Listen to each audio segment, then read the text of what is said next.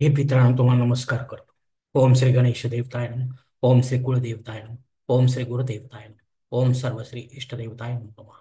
शिवशनाथ मित्रांनो, मी कडप्पा परत एकदा आपल्या समोर हजर आहे. माझ्या धर्मकरम चॅनलमध्ये आपले सहर्ष स्वागत करीत आहे. मित्रांनो, पंचांग आजचे आता आपल्या समोर सादर करीत आहे. मित्रांनो, आज दिनांक 6 फेब्रुवारी 2025, शनिवार शक 1946, संवत्सर कुर्दी, अयन उत्तर, ऋतू शिशिर, मास माघ, पक्ष शुक्ल, तिथी मित्रांनो आजची नवमी तिथी आहे. रात्री 10 वाजून 54 मिनिटानंतर दशमी तिथीला सुरुवात होईल. वार गुरुवार आहे. नक्षत्र मित्रांनो कृतिका नक्षत्र आहे. रात्री 7 वाजून 29 मिनिटानंतर रोहिणी नक्षत्राला सुरुवात होईल. योग मित्रांनो ब्रह्मा योग आहे. सायंकाळी 6 वाजून 42 मिनिटानंतर आंधळा योगाला सुरुवात होईल. करण मित्रांनो बालवकरण आहे. सकाळी 11 वाजून 43 मिनिटानंतर कौलवकरणाला सुरुवात होईल आणि रात्री 10 वाजून 54 मिनिटानंतर तैथिल करणाला सुरुवात होईल. प्रमुख ग्रहांची राशी स्थिती पहाटे 5:30 वाजता अशी असणार आहे. सूर्य मकर राशीत असेल, चंद्र वृषभ राशीत, गुरु वृषभ राशीत आणि शनिदेव आपल्या कुंभ राशीत असणार आहे. मित्रांनो, शनिदेव या ग्रहाची आपण संकल्पामध्ये गणना करत नाही, तरी देखील मी या ठिकाणी शनीची राशी दिलेली आहे एवढ्यासाठी की बऱ्याच लोकांना समजत नाही की शनी 7.5 मला आहे किंवा नाही आहे. तेवढ्यासाठी मी या ठिकाणी शनीचा उल्लेख करत असतो. तर शनी ज्या राशीमध्ये असतो त्याच्या मागच्या आणि पुढच्या अशा तिन्ही राशींना 7.5 असते मित्रांनो, हे लक्षात घ्या. मुंबई भागातील सूर्योदय असते याप्रमाणे. सूर्योदय सकाळी 7 वाजून 12 मिनिटांनी असणार आहे. सूर्यास्त सायंकाळी 6 वाजून 33 मिनिटांनी असणार आहे.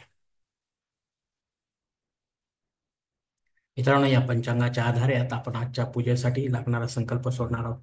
तेव्हा आपण आपल्या उजव्या हाताच्या तळहातावर एक पळी पाणी, थोडे अक्षर, एक फुल वा फुलाची पाकळी घ्या आणि हा संकल्प म्हणायला सुरुवात करा मित्रांनो.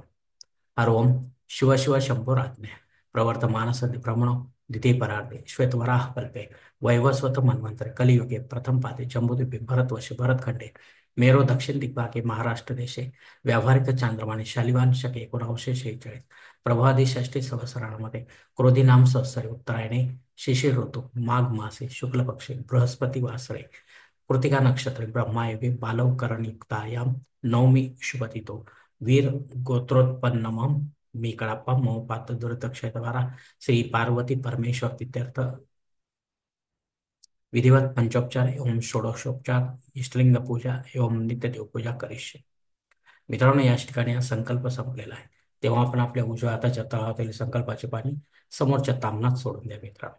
मित्रांनो, या संकल्पाची वेळ मर्यादा सकाळी 11 वाजून 43 मिनिटांपर्यंत आहे. या वेळेनंतर जर आपल्याला संकल्प सोडायचा असेल कुठल्याही धार्मिक विधीच्या संपन्नतेसाठी, तर कृपा करून आपण वरील बदललेल्या पंचांगाचा आधार घ्यायचा आहे आणि नवीन संकल्प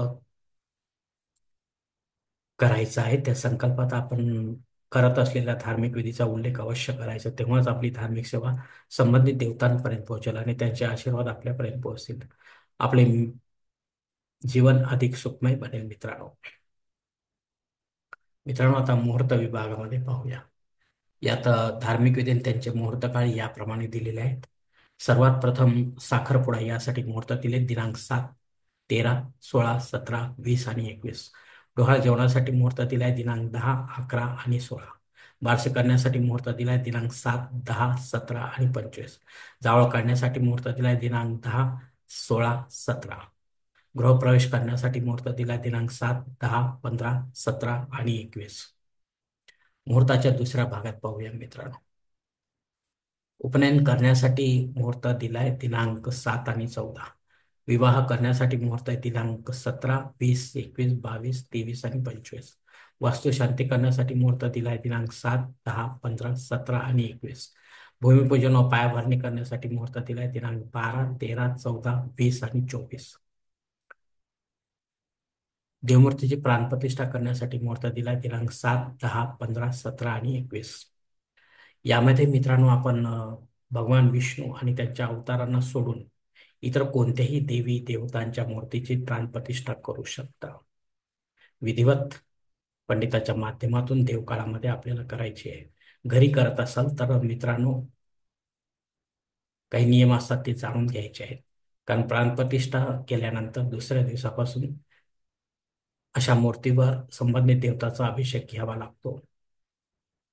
आणि असं एक कर्म आपण नाही केले तर एक दिवस प्राणप्रतिष्ठित असलेल्या मूर्ती देखील खंडित मानून त्यांचे विसर्जन करावं लागते मित्रांनो.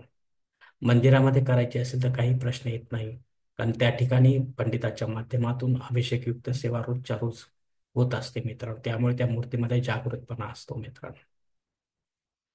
मित्रांनो, वरील काही मुहूर्तांच्या तारखेत वेळेची मर्यादा देखील असू शकते.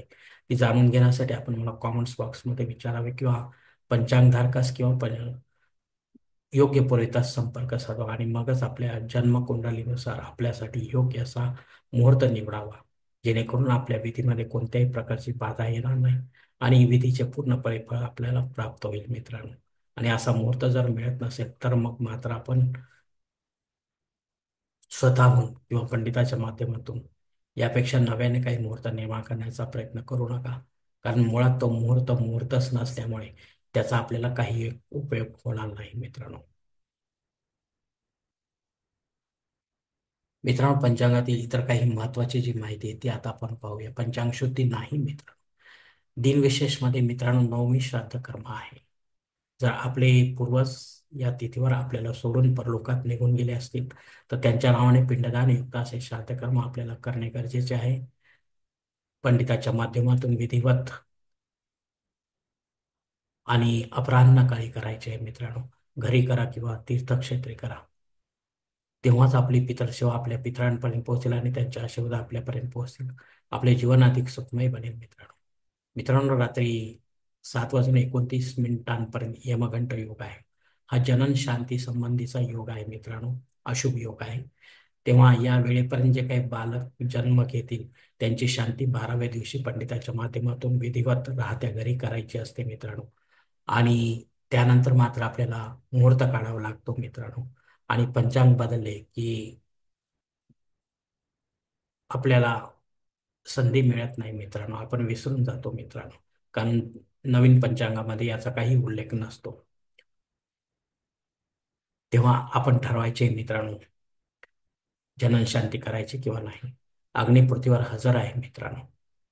तेव्हा आपल्याला नव्याने काही होम यज्ञ या कर्मकांड करायचे असेल तर अवश्य करू शकता, पण पुढे जाऊन ते बंद पडू नये याची खबरदारी घ्या, अन्यथा आपल्याला दोष लागू शकतो मित्रांनो. राहू काळ मित्रांनो दुपारी 1:30 ते 3 वाजेपर्यंत आहे. या 1.5 तासाच्या काळामध्ये राहू अत्यंत प्रभावी असल्यामुळे तो आपली कामे होऊ देत नाही मित्रांनो. तेव्हा आपल्याला जर आपल्या कामामध्ये यश हवे असेल तर आपण इतर वेळेमध्ये आपली महत्वाची कामे पूर्ण करण्याचा प्रयत्न करा, जेणेकरून त्यात आपल्याला यश प्राप्त होईल. प्रमुख गोचर वक्री ग्रहामध्ये मित्रांनो गुरु आज वक्री होऊन संपलेला आहे. त्याचा वक्रीपणा संपलेला आहे. आता तो स्तंभी आहे मित्रांनो आजच्या दिवस, आणि उद्यापासून पहिल्यासारखा तो मार्गी होईल मित्रांनो. मंगळ जो आहे तो 6 डिसेंबर पासून ते 24 फेब्रुवारी पर्यंत वक्री असणार आहे. नंतर पहिल्यासारखा तो मार्गी होईल मित्रांनो. हे दोन्ही ग्रह आपल्याला आपल्या कुंडलीशी जसे संबंधित आहे त्याचप्रमाणे ते फळ देतील मित्रांनो.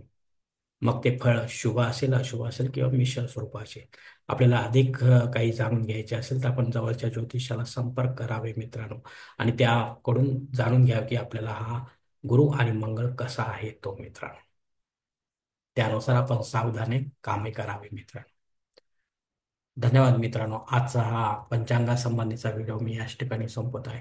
आपण जर माझ्या मताशी सहमत असाल तर कृपया माझे धर्मकरम चॅनल सबस्क्राईब करा, लाईक करा, आपले कुटुंब व मित्रपरिवारासह शेअर करा. तसेच कॉमेंट्स बॉक्समध्ये आपले मत अवश्य नोंदवा आणि माझा पुढील व्हिडिओ आपल्यापर्यंत पोहोचण्यासाठी बेल बटन अवश्य दाबा.